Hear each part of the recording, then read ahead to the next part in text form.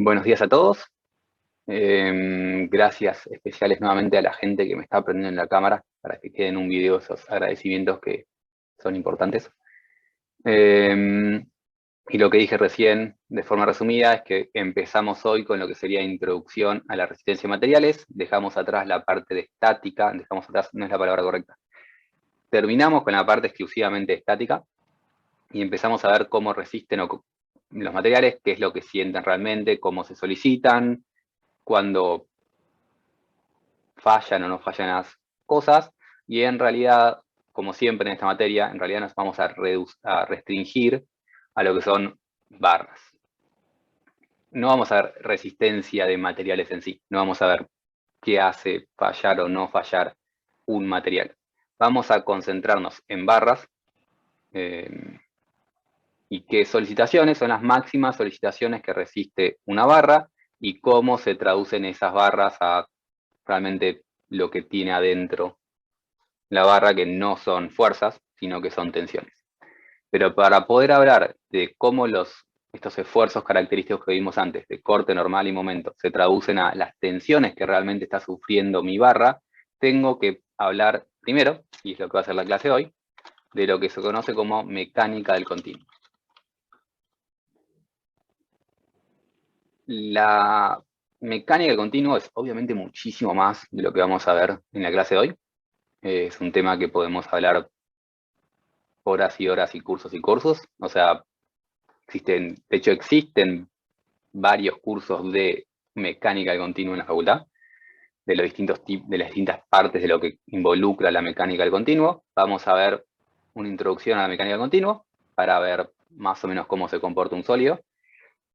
Y en la clase de hoy vamos a dejar de hablar de barras y vamos a empezar a hablar de sólidos genéricos, más o menos genéricos, con lo que se nos permiten 3 horas de clase, para ver cómo trabaja un continuo, cómo trabaja un cuerpo, y después empezar a aplicarlo en cada a las barras y a los esfuerzos característicos que vimos. Y como vamos a trabajar de mecánica de continuo medio genérico, vamos a, felizmente para mí, empezar a usar material didáctico que son pedacitos de goma espuma, y estos son cuerpos. Una barra, para hacer una barra tiene que ser algo más alargado, y es lo que mostré la clase pasada y no tengo a mano, pero no, esto es una barra, estos son cuerpos. Y esto, de alguna manera, siente los esfuerzos, distinto a lo que es una barra, pero si esto le doy una geometría particular, donde achico esta sección y se transforma en algo alargado, eso va a ser una barra. Si no, va a ser un cuerpo. Todo lo que vale para un cuerpo, vale para una barra. La barra es un caso particular. Entonces, la clase de hoy, una especie de introducción a la resistencia. En realidad no es introducción a la resistencia. La clase de hoy va a ser mecánica del continuo, que lo vamos a usar en lo que es resistencia a materiales, que tampoco me parece el nombre más feliz, resistencia a materiales, porque no vamos a ver materiales en sí.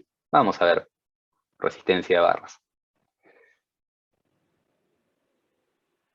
Dentro de lo que es mecánica del continuo, tenemos varios temas. El primero que vamos a ver son tensiones.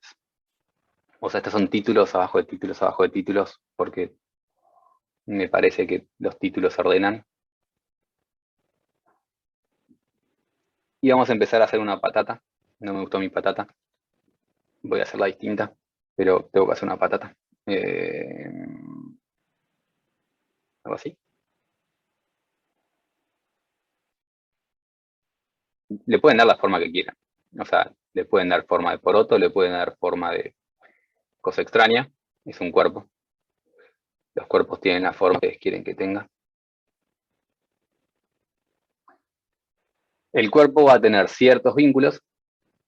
Esto es un cuerpo, entonces el concepto que veníamos manejando, hiperestático e isostático, ni siquiera vale como lo veníamos manejando.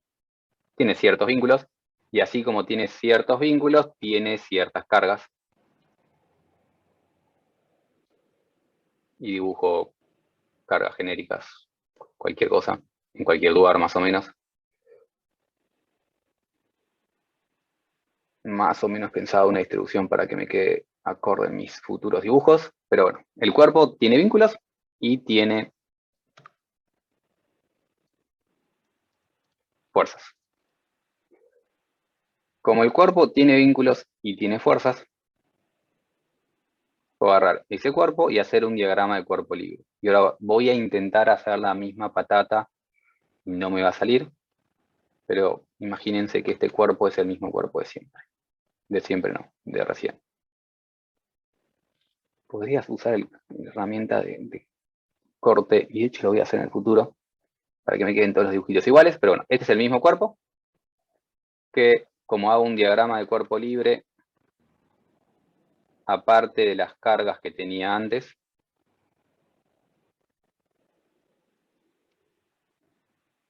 dibujo las mismas cargas, tiene unas reacciones de vínculo, como ahí puse 3 vínculos, acá tendrá 3 reacciones, como ahí puse un empotramiento, ahí tendrá ciertas reacciones en ese empotramiento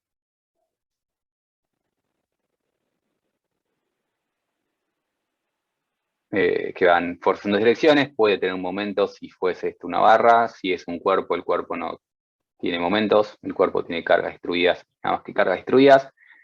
No es importante en este momento, pero ese es mi diagrama de cuerpo libre de ese cuerpo, que tiene las formas que quieren ustedes. Puede tener una forma de pera.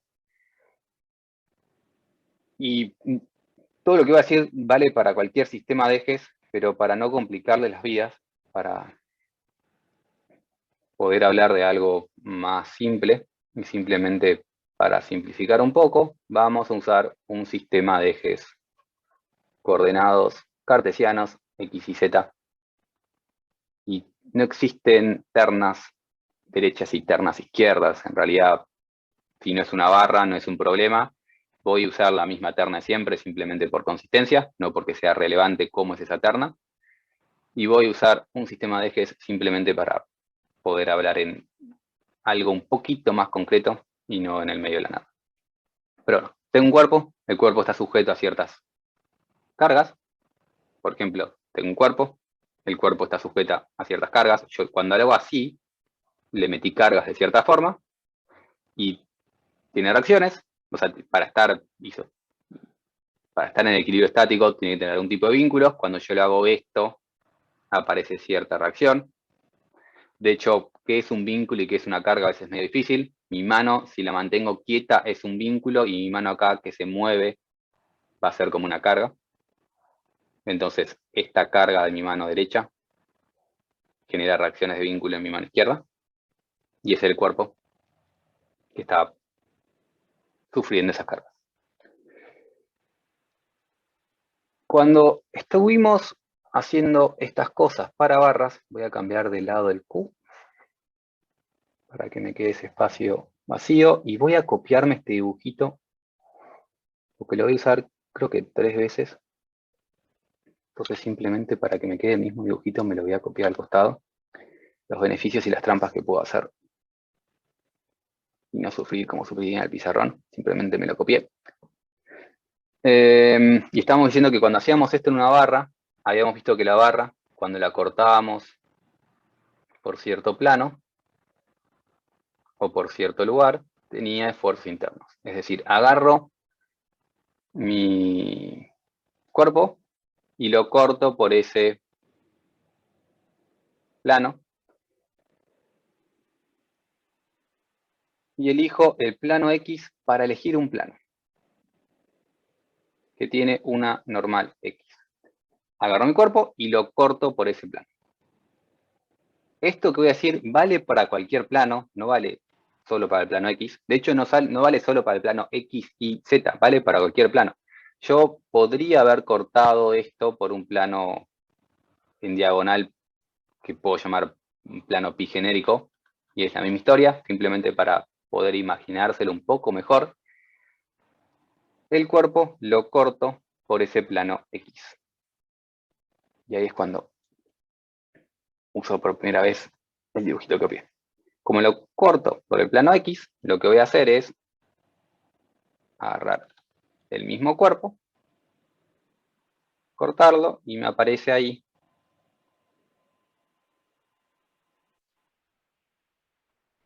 el cuerpo cortado. Lo mismo vale en el lado izquierdo y en el derecho. De hecho, pongamos ambos lados para evidenciarlo. O sea, lo corté por ahí y tengo la izquierda y la derecha. Lo que habíamos hecho cuando hicimos barras es que cuando cortábamos ese cuerpo, se volvió loco mi computadora, a veces le funciona mal eso. Bien. Cuando hacíamos esto con barras, cuando cortamos el cuerpo, habíamos dicho que podíamos, que para equilibrar este cuerpo, internamente tenía ciertas reacciones internas o ciertas solicitaciones que reducíamos al baricentro y teníamos una fuerza y un momento.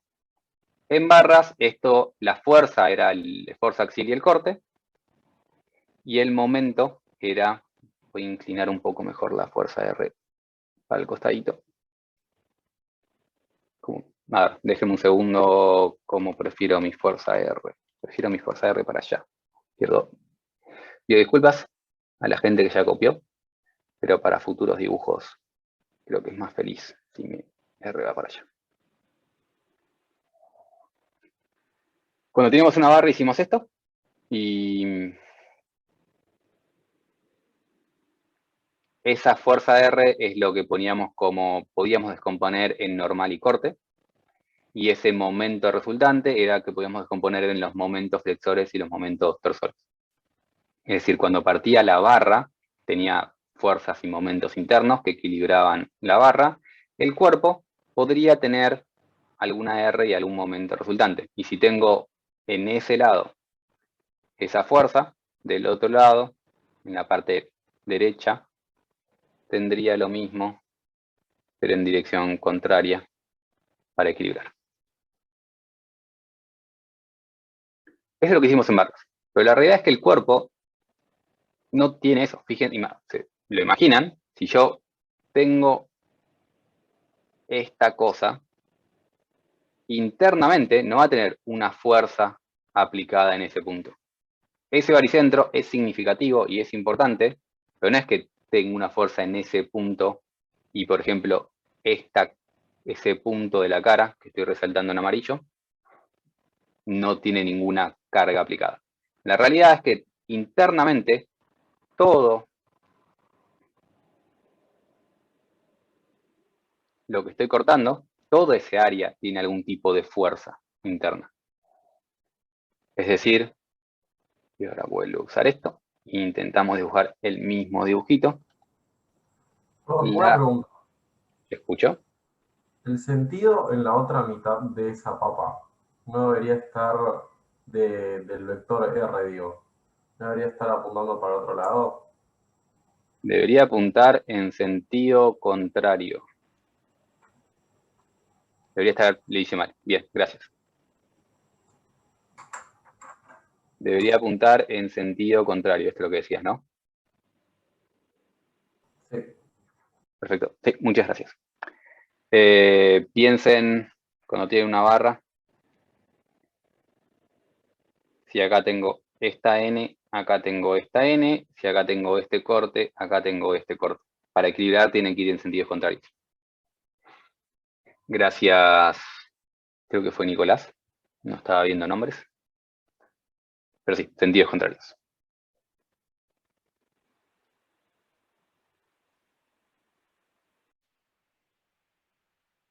Bien. Entonces, lo que decía es que en realidad esa cara no tiene una fuerza y un momento, sino que esa cara del cuerpo tiene un montón de fuercitas distribuidas, y son todos estos son flechas,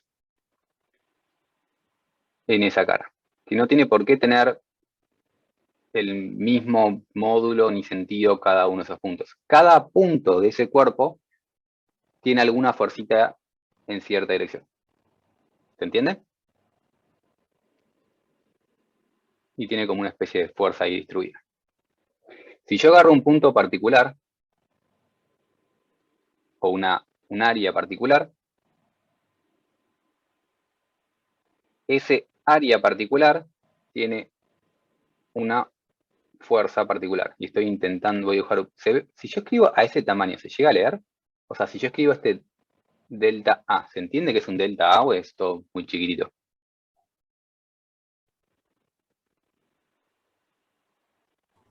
Se ve para mí. Yo lo veo. Bien. Entonces, ese área delta A tiene aplicada una fuerza delta F.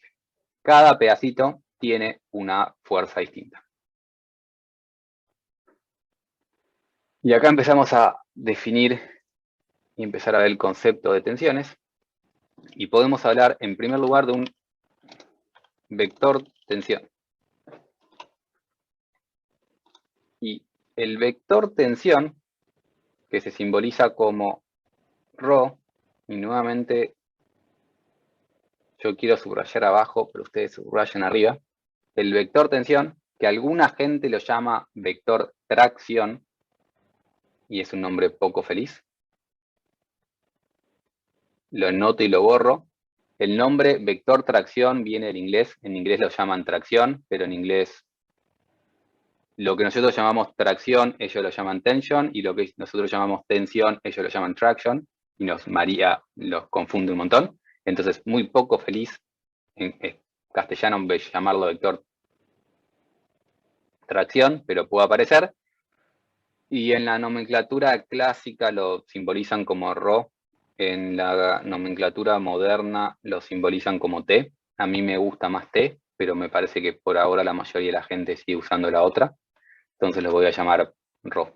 Eso es un intento de ρ. No es una G, es una letra griega ρ. Y alguna gente la llama T. Dicho todo esto, volvemos. Vamos a definir entonces este vector tensión como el límite de esa fuerza que tiene aplicada en ese lugar, dividido ese área cuando el área tiende a 0.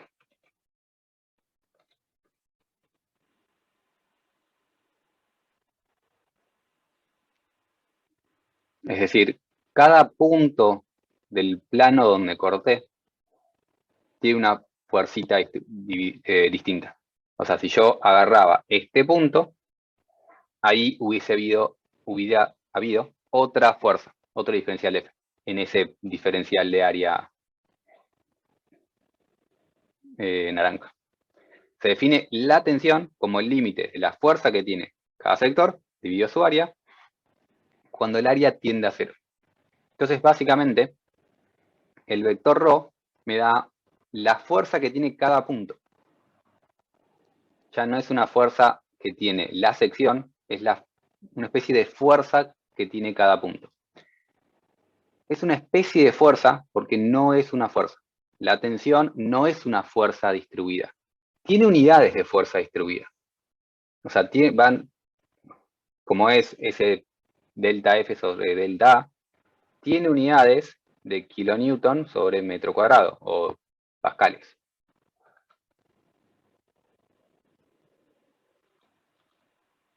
Pascales. ¿Saben lo que es un pascal? O acabo de definir pascal y nadie conocía los pascales. ¿Vieron pascales en alguna otra materia? Sí, sí. Bien. Como unidad de presión, ¿no? ¿Cómo?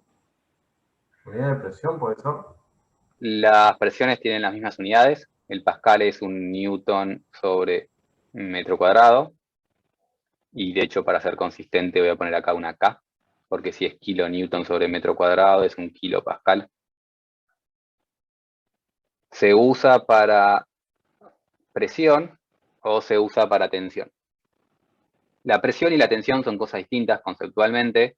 La tensión no es una fuerza, pero es algo que va por ese lado y no tenemos mucho tiempo de meternos en el detalle porque no son lo mismo, pero vendría a ser algo similar.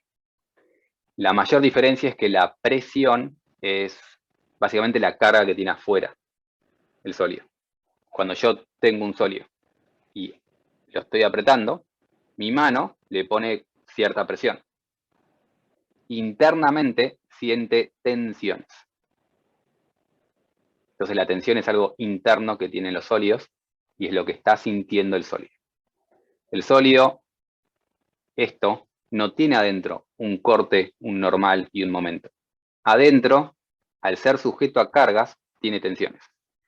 Y esas tensiones son para cada plano, porque yo recién corté por el plano X, pero podría haber cortado por otro plano.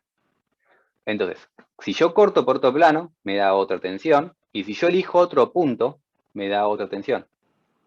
Entonces, ese vector tensión está asociado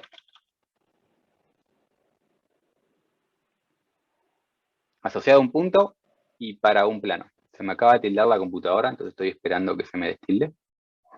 Pero ese vector tensión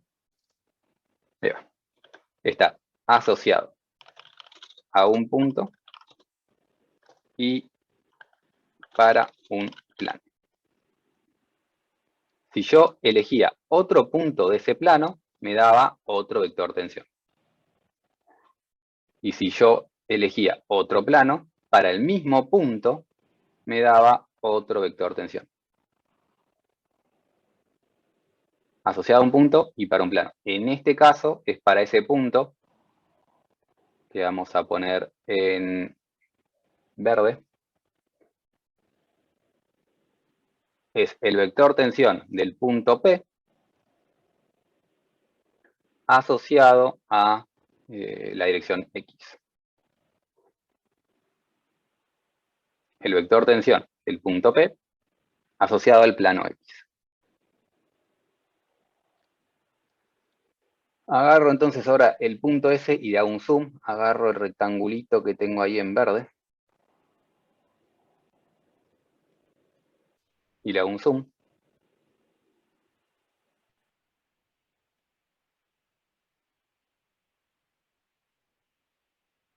Y vemos que en ese punto, el punto P, tengo un vector ρ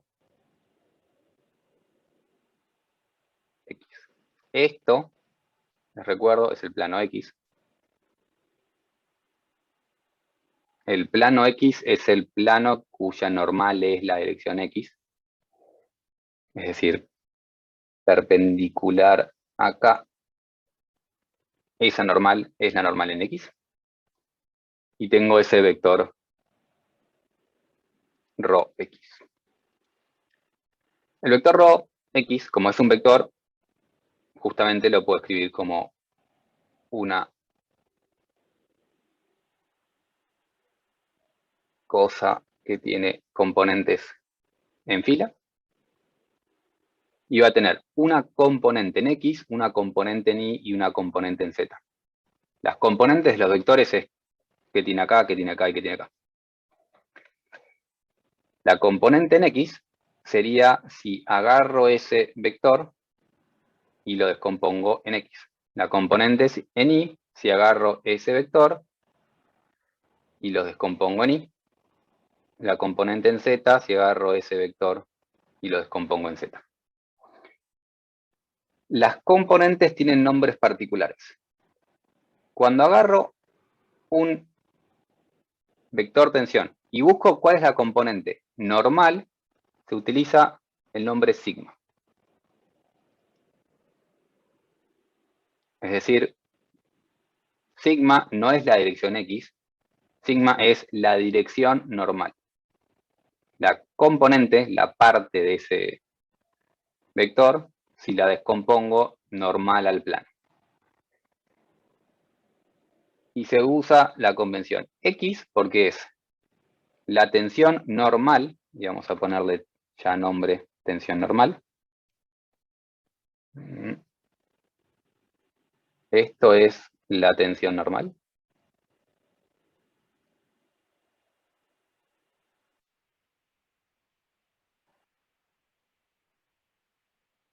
La tensión normal del plano X, y eso simboliza la primera letra X, en dirección X.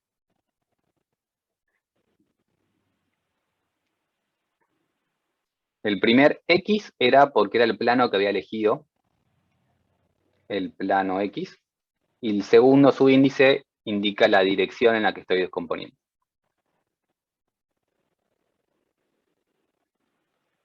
Las Este vector ρ entonces tiene una componente normal y tiene componentes después en las otras direcciones que están contenidas en el plano. Las otras direcciones se llaman tau y son tensiones tangenciales. Perdón, Felipe, una pregunta. ¿Qué es lo que significa la segunda X? La primer X es por esto, porque estoy Por el plano. hablando del plano X. La segunda X quiere decir que a este señor que está en el plano X lo descompongo en dirección X, o busco la componente en dirección X. Ok, gracias. Y ese plano debería estar asociado a la terna que marcamos antes, ¿no? Ese plano en principio puede ser cualquier cosa. Yo podría haber usado un plano cualquiera, por eso lo que decía de que yo tengo, ¿cómo son los ejes para ustedes? X y Z. Esta es una aclaración para eso. Yo recién corté por el plano X, pero podía cortar perfectamente por un plano ahí, que no es un plano X, que es un plano con una normal que a vos te divierta, que podemos llamar pi, y asociado a ese plano pi, vas a tener un vector tensión pi. Puedes hacer lo mismo con cualquier dirección. La componente normal es la parte de ese vector tensión que está normal a tu plano. Para cualquier dirección que vos elijas. Estamos usando la dirección X para simplificarnos un poco, pero esto vale para cualquier dirección que vos elijas. ¿Está más claro? Bien. Entonces, la parte normal se llama sigma y después el resto, o sea, para terminar mi dibujito, el resto se llama tensión tangencial, con el símbolo tau. En este caso, esa tensión tangencial que va para arriba, ahora sí, fíjense que esta es la terna que estamos usando, me parece. Déjeme chequear las ternas. Esa es la terna que estamos utilizando, bien. Ese vector tau es el vector tau del plano X en dirección Z.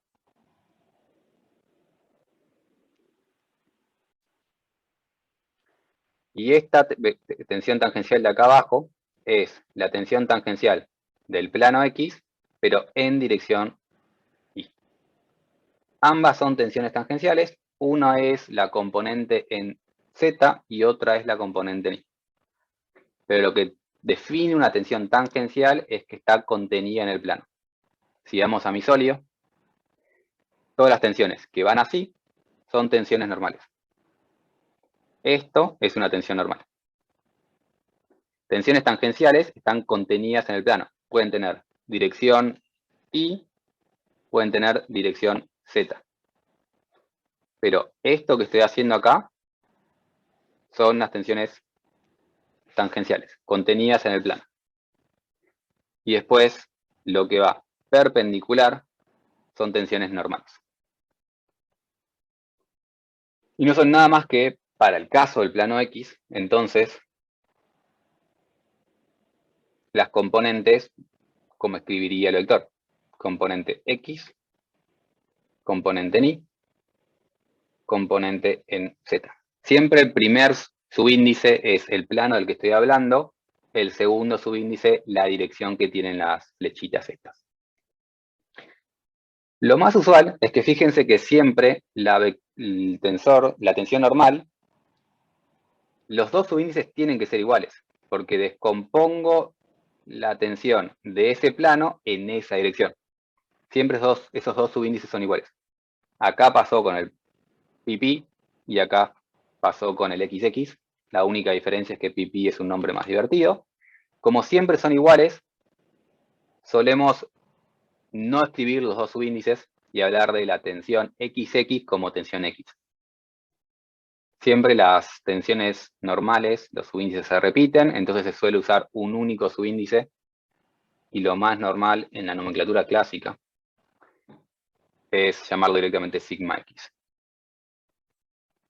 En la moderna suele aparecer con los dos subíndices. A mí me gusta poner los dos, pero no es lo más común. Componentes de cada cosa. ¿Se entiende hasta ahora? Para hablar un poco de signos, y entonces anoto signos.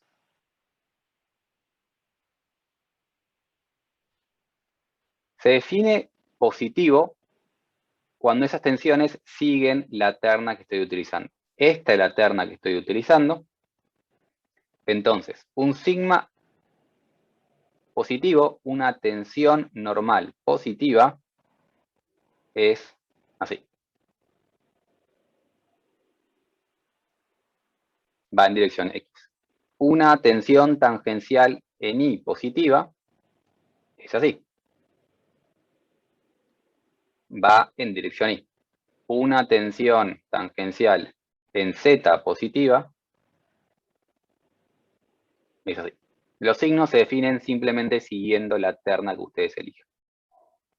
Y acá nuevamente eligen otra terna, pueden cambiar los signos de la que tienen ese vector rojo. Como siempre, cambian una terna y el vector lo tienen que hacer un cambio de coordenadas a ese nuevo sistema coordenado que eligieron.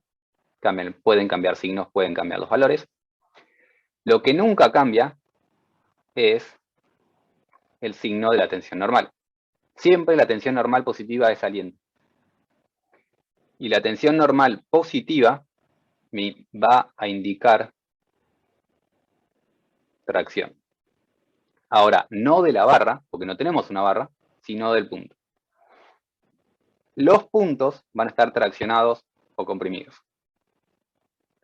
Y si está comprimido o está traccionado, lo indica ese sigma. Cada punto va a tener o tracción o compresión. Y eso es independiente de la terna. Estén en terna izquierda, derecha, lo que quieran. El vector traccionado es cuando la tensión normal es positiva y es saliente. Se está estirando. Negativo es cuando lo hago así. Cuando hago esto y lo comprimo, va a tener una tensión negativa. Y así se definen los signos del vector tensión. ¿Dudas hasta acá? Si no hay dudas hasta acá, hacemos lo mismo y volvemos a dibujar esa papa. Y los espero mientras dibujan esa papa, o sea, la misma papa que dibujaron antes, lo más parecida posible. Vuelven a dibujar la misma papa. Y la llamo papa porque era como me enseñaron a mí en análisis. Creo que era Prelat el que hablaba de papas y me quedó hablar de papas. Me parece divertido. ¿Puedes ir un segundo para abajo, Felipe? Sí. ¿Fotocopiar algo?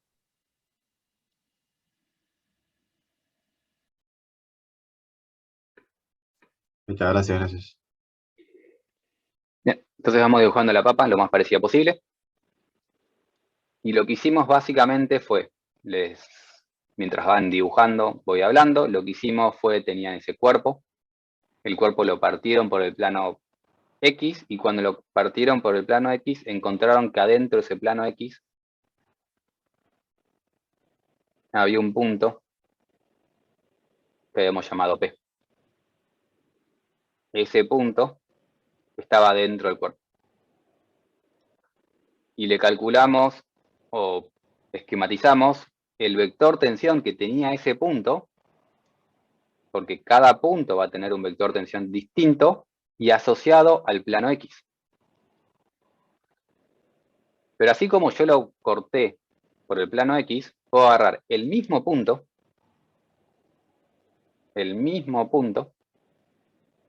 pero cortarlo por un plano Z. Y elijo Z para elegir uno. Lo corto a mi sólido o a mi papa por el plano Z. Les recomiendo que se vuelvan a dibujar los ejes, para que sepan por qué se llama plano Z, porque tiene normal Z. Y lo corto por el plano Z, llamando plano Z al plano cuya normal es Z. Y de hecho, debería apuntarla para abajo.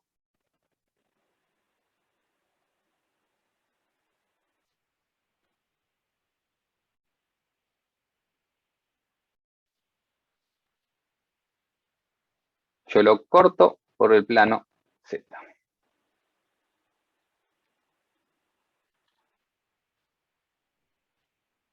¿Sí? Cuando corto por el plano Z, podría empezar a hacer todos los mismos dibujitos de antes. Corto por ese plano. Como corté por ese plano, en ese nuevo área que me aparece, tendría tensiones.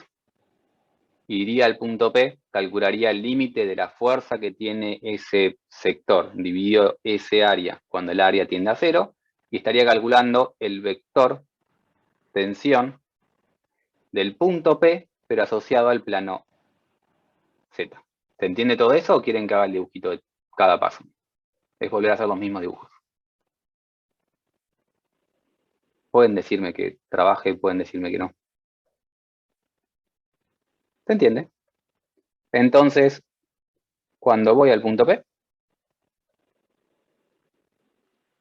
estoy en ese punto P, pero ahora con el plano Z. En ese punto P, en ese plano Z, voy a tener un vector tensión. Y es el vector tensión del mismo punto, pero asociado al plano Z. Y vamos a escribirlo ya que estamos. Vector tensión del mismo punto, pero asociado al plano Z. Porque un punto tiene muchos vectores tensiones. De hecho, tiene infinitos. Cada plano que elija para un punto me da un vector tensión asociado. Y ese vector tensión lo puedo descomponer en dirección normal. ¿Y cómo voy a llamar a esa dirección normal? Sigma Z. Sigma Z. Y en una tangencial, o sea, lo puedo descomponer en una única tangencial que tiene sentido cualquiera, o en la parte tangencial que tiene sentido X. ¿Y cómo voy a llamar? Tau ZX, ¿no? Tau ZX. Y a la parte que tiene dirección Y, no sé para qué lado va, es difícil verlo, digamos que es eso. ¿Y cómo se llama? Tau ZI. Entonces, cada plano por el que corte va a tener una componente normal, una componente tangencial. Cada punto en mi sólido tiene tensiones asociadas a cada plano que tiene. Dirección en Z que dibujaste sería negativa, entonces. Sí, porque si no me quedaba mal el dibujo. Si te tendría que dibujar todo para abajo y queda bastante molesto el dibujo. Y de hecho ahora me va a quedar mal el siguiente dibujo.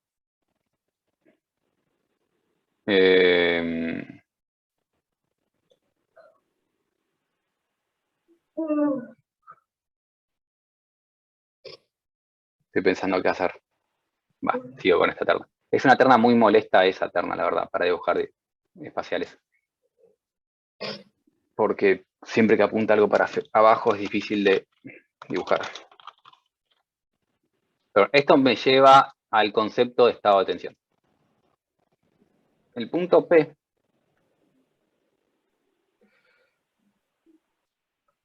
va a ser un caos.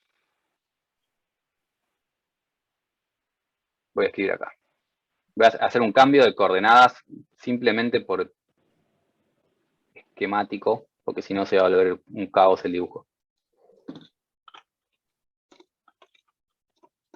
Cambio de coordenadas, solo para no complicar los esquemas. Y lo anoto por las dudas, si alguien no copia, que sepa por qué cambiamos esto. Porque ahora tengo que dibujar todo lo mismo, y si lo tengo que dibujar para abajo, me parece que va a ser caótico, porque no lo van a ver. Y voy a dar vuelta al Z. ¿A alguien le genera un problema de cualquier tipo si doy vuelta al Z? O sea, es una terna izquierda supuestamente, pero es lo mismo. Lo otro que puedo hacer es enrocar Z por I, si quieren que sea derecha. Es todo lo mismo, simplemente algo para poder dibujar un esquemita. Los signos acá no cambian, la teoría no cambia, elijan el eje coordenado que quieran.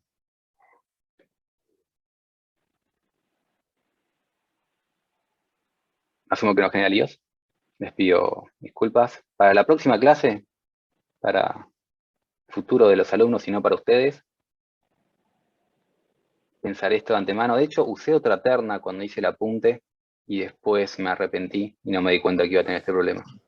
Profe, ¿puede intercalar la X y la Y o no? Puedo, pero después todos los dibujitos que puse para X y para Z ya no son X y Z. Claro, sí, sí, sí. Entonces, terna izquierda, ¿no? En este caso. Sí, pero no existe tema de terna izquierda y terna derecha. Todos esos problemas o diferencias existen únicamente para barras. Ok. En lo que es sólidos es lo mismo. El tema es que quiero dibujar un cubo y quiero que las caras de mi cubo que dibuje son las caras positivas. Y por eso necesito un eje de ese estilo. Los nombres son los nombres que quieran ustedes. O sea, estrictamente hablando, yo puedo llamar a este eje Carlos, a este eje Ana y a este eje Miguel y empezar a hacer la teoría para ejes Carlos, Ana y Miguel, pero no vamos a hacer eso porque nos complica la vida. La teoría no cambia con el nombre que querramos darle, lo podemos llamar 1, 2, 3. Simplemente quiero que las caras positivas son las caras que vean mi dibujo de mi cubo, así que elegí esos ejes. No me cambia signos, no me cambia nada de lo que voy a ver hoy. Los ejes, el nombre que le querramos dar a los ejes. Ese es el punto P. El punto P lo simbolizo por un cubo, pero el punto no es un cubo, el punto no tiene área. Es decir, adentro de mi sólido, ahí adentro, y no lo puedo ver, hay un puntito. Y ese puntito es un punto, no tiene forma. Los puntos no tienen volúmenes. Pero para poder dibujar algo, lo dibujamos como un cubo. Y ahora este cubo va a representar el punto. Elegí representar el punto utilizando estos ejes coordenados. Y por eso tiene forma de cubo. No porque el punto sea un cubo, sino porque elegí ejes cartesianos que me dan un cubo. Pero no tiene volumen. Es un punto. Perdón que sea pesado con esas cosas, pero después la gente quiere darle volumen a mi cubo. O sea, tiene medidas diferenciales. Ni siquiera, es un punto. Asociado a cada cara de ese cubo, tengo tensiones. O sea, en la cara X tengo sigma X, tau XZ, estoy poniendo las positivas, tau XY en la cara asociada al plano X, en la cara asociada al plano Z, Z, sigma Z, y después tau ZX, tau ZY, y en la cara Y, sigma Y, tau IX, tau y Z. Cada cara de ese cubito tiene esas tensiones asociadas. Yo podría podría haber elegido otro plano, otro sistema coordenado, y hubiese dado otras flechitas.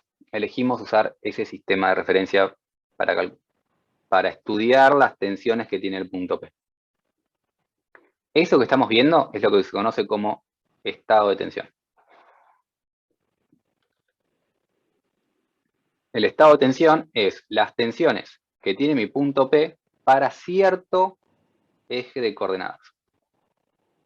No es más que eso. Si yo hubiese rotado esos ejes, me hubiesen dado otros vectores tensiones asociados al mismo punto. Pero la realidad es que el estado de tensión es el mismo. Si yo hago un cambio de coordenadas, me cambian todas esas flechitas, me cambian todos los números, las componentes, pero el estado que tiene un punto es único. Entonces lo que estoy dibujando es el estado de tensión. Esquematizando, lo que estamos esquematizando es el estado de tensión del punto P en esas coordenadas X y Z.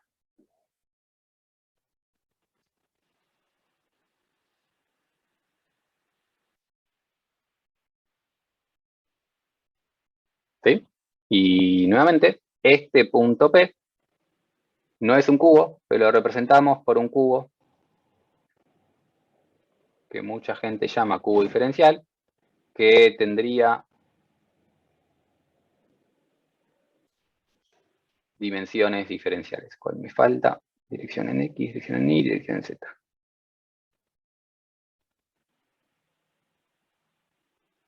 Lo representamos como un cubito que tiene en el centro un baricentro.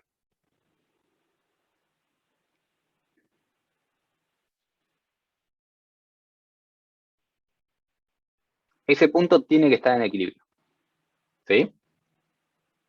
Como siempre, si yo agarro cualquier pedazo de mi cuerpo debe estar en equilibrio. Si agarro un pedacito muy, pero muy pequeñito, si de adentro del cuerpo le saco este cubito tiene que estar en equilibrio. Para estar en equilibrio, le faltan flechas ahí, ¿no? O sea, ven que eso, así como está, no puede estar en equilibrio.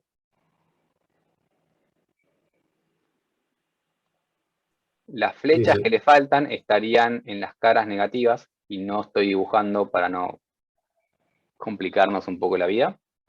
Pero dentro de las otras caras, en todas las caras negativas, hay tensiones asociadas.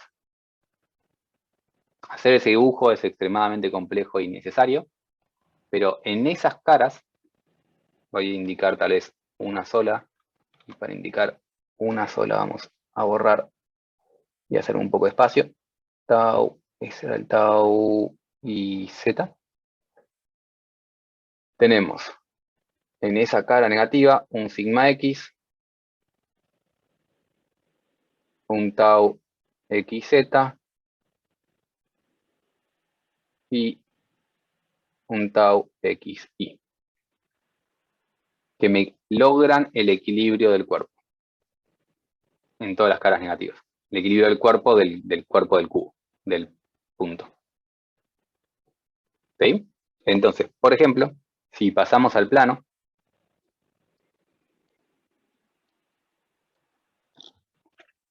en el plano, y elijamos el plano XZ, en el plano XZ tengo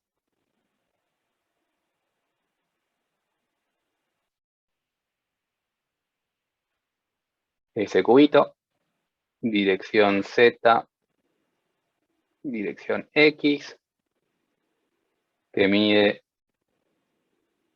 diferencial de X, diferencial de Z. Y en la cara X, ¿qué tiene? Sigma X y una tensión tangencial tau X, Z, asociada al plano X en dirección Z. En el plano Z tiene sigma Z y una una tensión tangencial, tau Zx. Y como dije recién, para lograr el equilibrio, corro esto para el costado, tengo que tener en las otras caras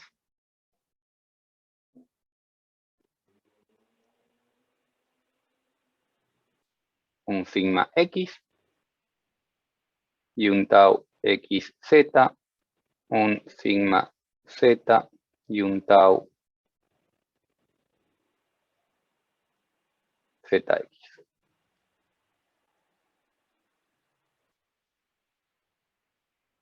Las 6 caras del cubo deberían tener esas tres flechas asociadas, esas 3 tensiones, esas 3 componentes de tensión, cada una de las 6 caras del cubo, que es más fácil dibujar en el plano que en el espacio. ¿Me siguen hasta acá? Si no me siguen, me frenan. Sí, perfecto.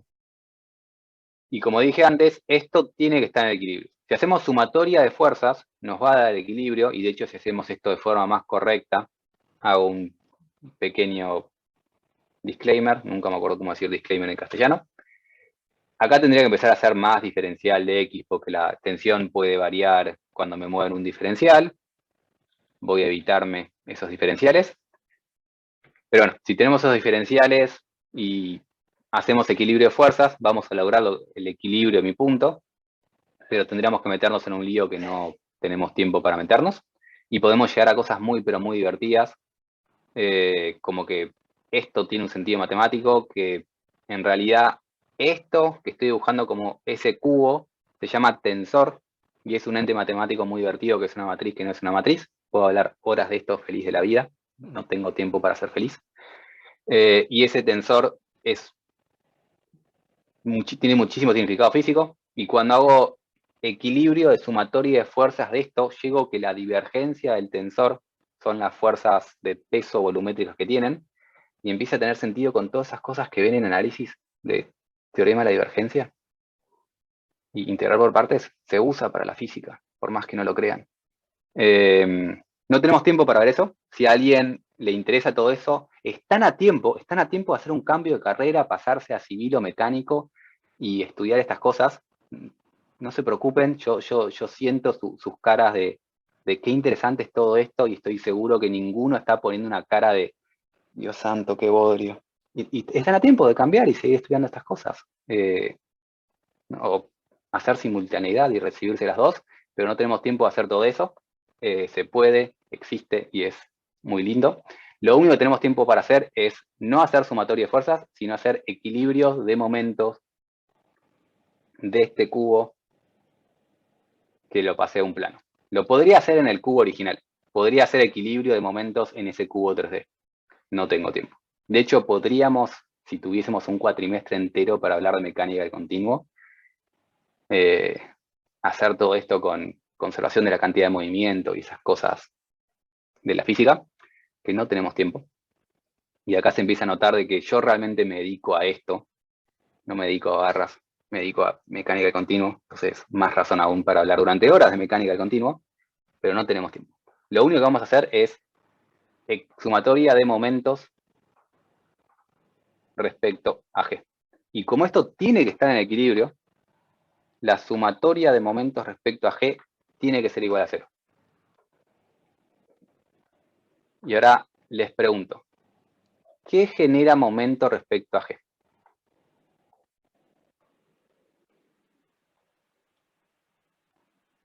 Sigma X. Solamente ¿Genera momento? las tangenciales. Solamente las tangenciales.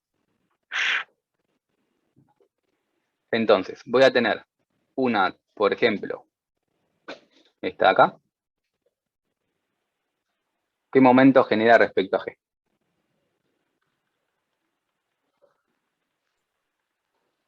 La distancia dividido 2. Se Tau. supone que son iguales las distancias porque es un cuadrado. Sí. O sea, podríamos generalizar que haya una sola distancia para todos los términos. No, este diferencial de X no es necesariamente igual a ese diferencial de Z. En coordenadas Ah, cartesianas ¿no? es lo mismo, pero la realidad es que si lo queremos hacer genérico, puedes hacer esto en polares y sigue valiendo en polares. Y en polares el diferencial Ah, de θ y el diferencial de ρ son cosas distintas. no, yo le decía porque era un cubo, por eso. Sí, por ahora lo vamos a mantener como diferencial de x, diferencial de z por separado, porque esto lo puedo hacer en polares. No lo voy a hacer en polares. No te preocupes. ¿Qué distancia tengo que multiplicar? Diferencial X sobre 2. Diferencial de x sobre 2. Y lo voy a dejar acá afuera, déjenlo afuera, porque tengo que poner dos cosas en medio. Esa tensión, ¿es una fuerza?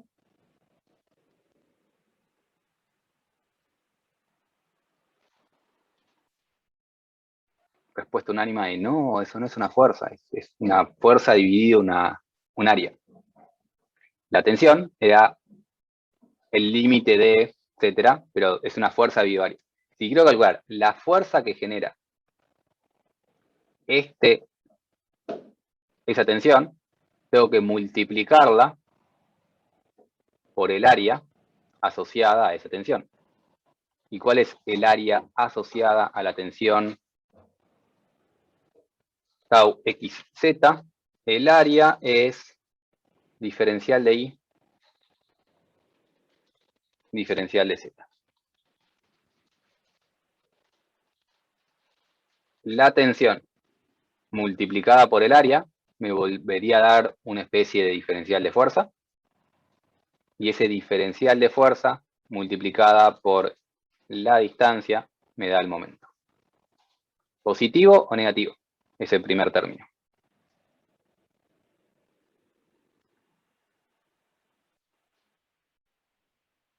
Positivo.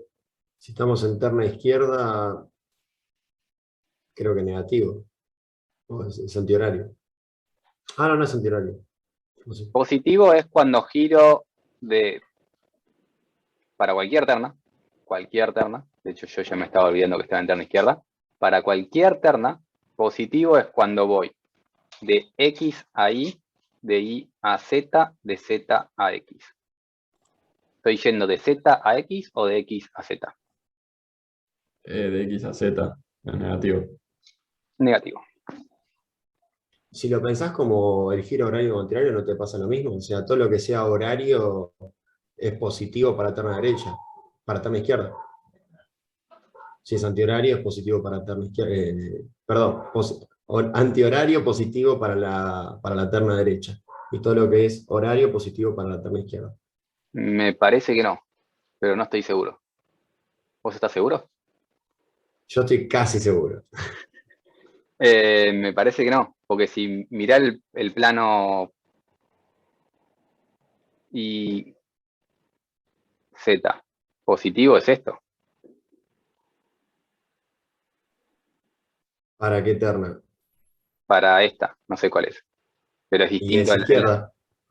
¿Esa no es izquierda? Y si girás así como estás Izquierda y haciendo horario. vos, o es sea, para horario y es positivo. fíjate que para el plano YZ es así, para el plano XZ, esto es el positivo. Ah, tenés razón, sí, no dije nada. Sí, mirá vos. Nunca me Lo acuerdo de voy a eso. patentar. No, estoy un 99,9% seguro que alguien ya lo pensó esto. Yo nunca me acuerdo porque me molesta el horario y antihorario en el espacio. Yo veo, me es más fácil en mi mente ver X a Y a Z que horario antihorario. Pero sí, aparentemente cuando lo llevas al plano se cumple esa regla siempre. La podés patentar. Yo creo que no te lo aceptan, ¿eh? Para mí ya lo descubrió antes. Podés tirarte el lance. Hice uno de los términos. Este término acá, ¿cómo me quedaría?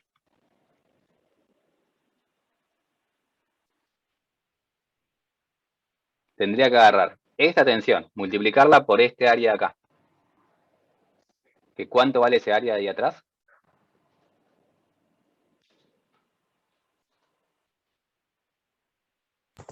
De I por dz. De I por Z. Y esta tensión es igual, entonces medio que me queda esta parte ahí. ¿Multiplicada por qué distancia? la misma que antes. Por la misma que antes. Entonces, cuando le calcule el momento que genera ese término, es esto por 2. De hecho, nadie me dijo, che, pará, esto de acá, ¿no es una cupla? ¿Y cuál es el momento de la cupla? La fuerza por la distancia entre las fuerzas. Que te queda directamente el diferencial de x. O sea, yo podría cancelar esto con esto. Y me queda directamente el momento de la cupla. Y si no, calculamos los 4 términos. Pero bueno. Ahora, momento de este tau de ahí. Vamos a calcular el momento que genera el tau xz respecto a g.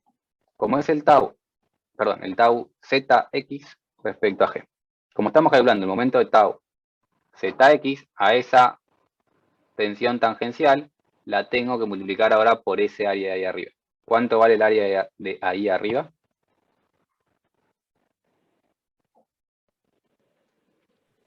De X por DI. De X de Y. De x de y. Eso es el área y multiplicado por qué distancia. De Z. X sobre 2. De z sobre 2. Si quiero tomar únicamente, me quedó mal el color. Si quiero tomar únicamente el término de arriba, y va a ser positivo o negativo. Positivo. Positivo. Positivo. Positivo. Positivo. Tomo el de abajo, va a ser exactamente igual. Meto un por 2.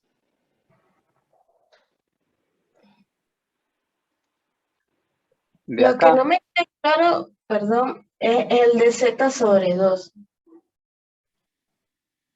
¿no me lo dijiste vos de z sobre 2? Si estoy No, acá, yo había dicho de X sobre 2, pero no se escuchó. es esa distancia. Ah, Esto es de z sobre 2. ok, gracias.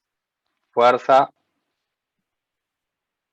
Esto es fuerza multiplicado por la distancia hasta el baricentro, medida perpendicular a esa flecha. Ok.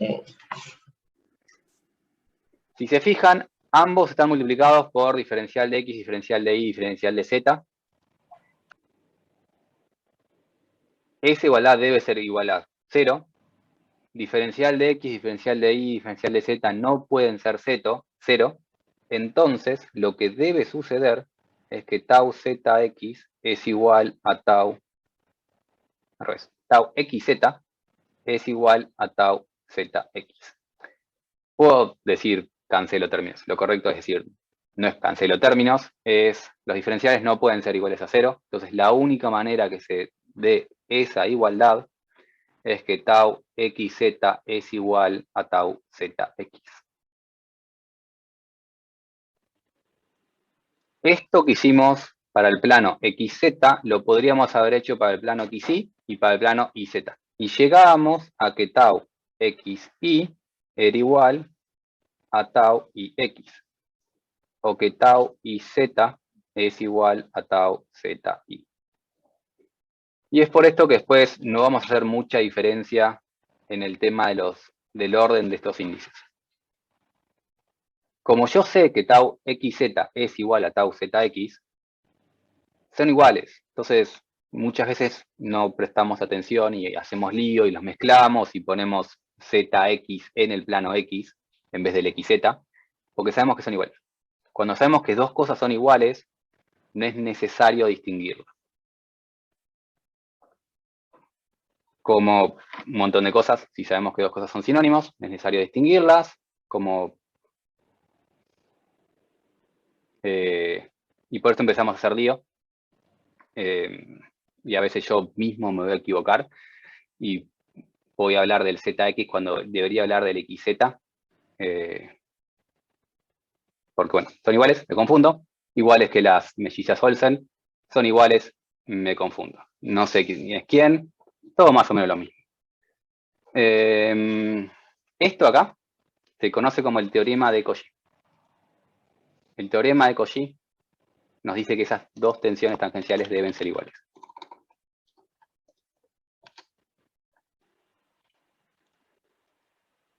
Lo otro que nos dicen es que si una es positiva, la otra es positiva. Si una es negativa, la otra es negativa, porque son iguales. Es decir, si yo tenía en ese cubo esta tau apuntando en esa dirección, en esa cara tengo que tener esa tau. Porque el signo debe ser el mismo. Si una es negativa, la otra debe ser negativa.